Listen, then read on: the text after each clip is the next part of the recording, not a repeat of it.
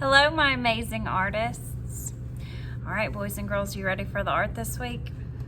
Oh, let's do our motto first. Here we go. I make messes.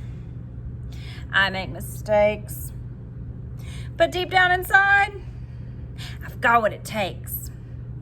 I am an artist. Good job. Okay, this week what we're going to be doing is we're going to be talking about shapes. We've been talking about different lines. Now we're going to do shapes. So some things you need for kindergarten and first grade for this lesson are, first of all, you're going to need a white sheet of paper. You can really use any color. White's probably the best. A pencil. Some kind of black marker. It really doesn't matter what kind. It can be a permanent marker, a regular marker. It can even be a black pen. We're just going to use this to make our lines darker so we can see them better. You're also going to need some shapes. Now, I've got several options for you. I made some stencils. If you have stencils of shapes at your house, that would be great.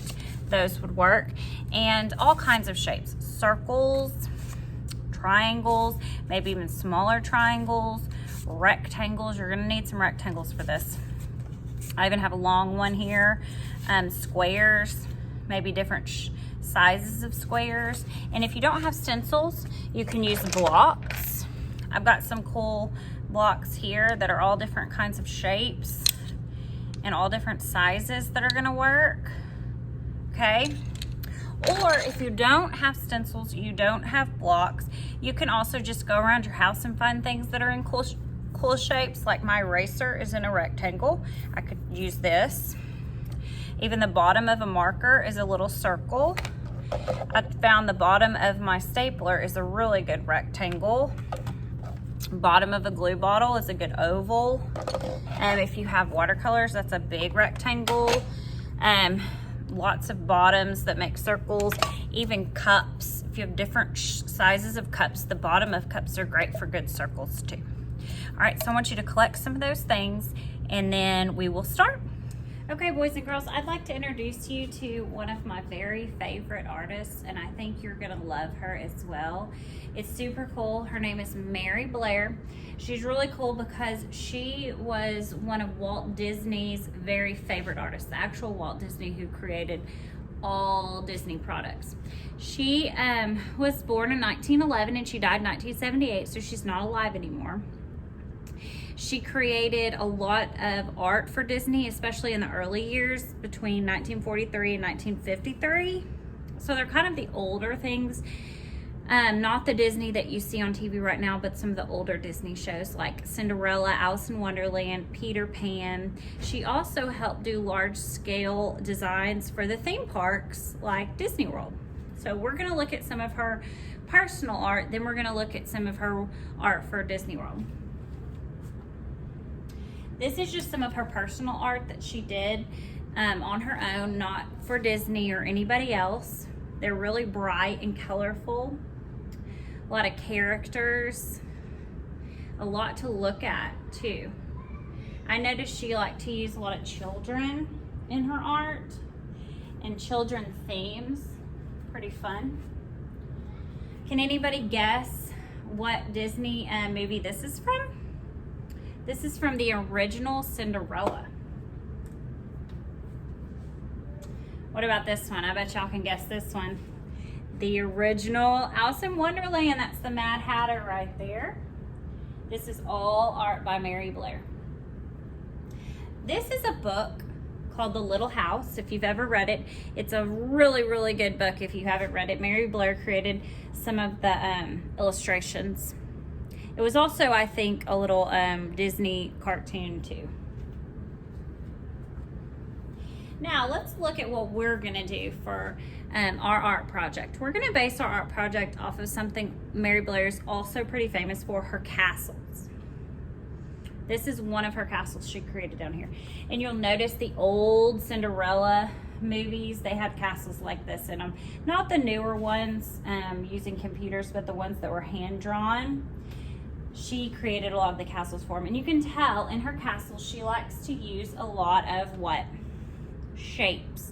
So that's why we needed shapes for our art project, because we're going to use them to create our own castle like Blair. There's a few more. That one's one she's pretty famous for too. So I hope you enjoyed it. She's amazing. You should look her up and look at some more of her art because she's got some fantastic work. And we're gonna get started. Okay, boys and girls, so we are going to start our Mary Blair castle. What you're gonna need is, I would start with a pencil and your paper, and I'm gonna turn my paper long ways, which we call landscape, so that I have lots of room for my castle down here. Now for your castle, you probably wanna use smaller shapes, or I mean, if you use bigger ones, your castle won't be as big. So I'm gonna use these blocks right here, but remember, you can use household things, anything you can find around the house that has some good shapes to it. What we're gonna do is we're just gonna build some castles. Now think about how castles are built. They kind of have towers, and then they have things usually at the top of their towers too. So what I'm gonna do is I'm just gonna lay some shapes down. I'm just gonna start tracing them. Remember, if you're using a pencil, you can always erase. Very good. And it doesn't have to be perfect. I'm gonna outline it with a marker, and I'm gonna trace a few. I'm gonna make the sides kind of tall, and then maybe I will do, oh, this might be cool. Let's see. I could put this at the top of that tower. That'll be neat. And I can do some small squares down here. Maybe build a few on top of each other. I don't have to make them as tall as that rectangle is. Like that. I could do another rectangle here. However you want to.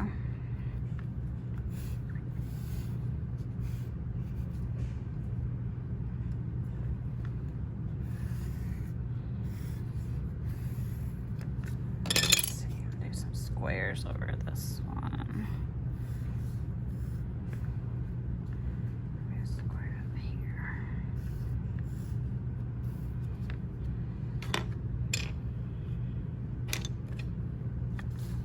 You can even turn your rectangles sideways if you have some, and build them to make a wider tower like this.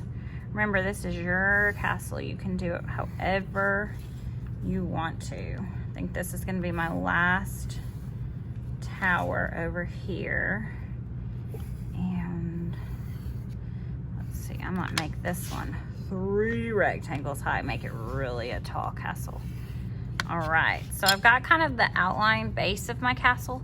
Now, if you look back at Mary Blair's work, she has lots of details inside of her castle. So I'm going to take some of these other shapes I have, and I'm just going to add them in to give it a little bit more details. And it's okay if your tracing is not perfect with this, because remember, we're gonna go back and trace over it with a black marker anyways. And I'm gonna do this tower. It's gonna have 2 of these diamonds. These are pretty cool. If you don't have diamonds, you can just take a square and tilt it like this. And this is pretty neat too. You could even use circles in here to add some details to your castle towers. Let's see if I can find a circle. Oh, you know what? I don't even have a circle. Oh, yes I do. Look, bottom of my marker. I'm gonna add a circle right here. Isn't that cool? All right, and I think I'm gonna take this little weird shape and I'm gonna add it to the top of this castle. Like this. I think that's called a trapezoid, actually. It's not a weird shape. And then I think I'm gonna put a diamond up here to give it a little flare at the top.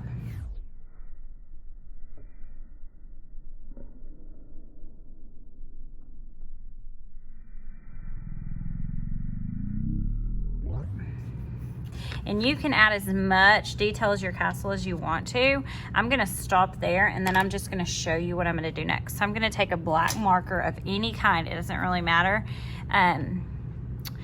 Depending on if you're gonna paint it, you may wanna use a permanent marker. If you're gonna color it, you can use any kind of marker. And then you're just gonna trace over that to give it a nice, deep, dark line. And trace the whole thing. Then next week, we will come back and we will finish it by either painting it or coloring it. All right, y'all have fun.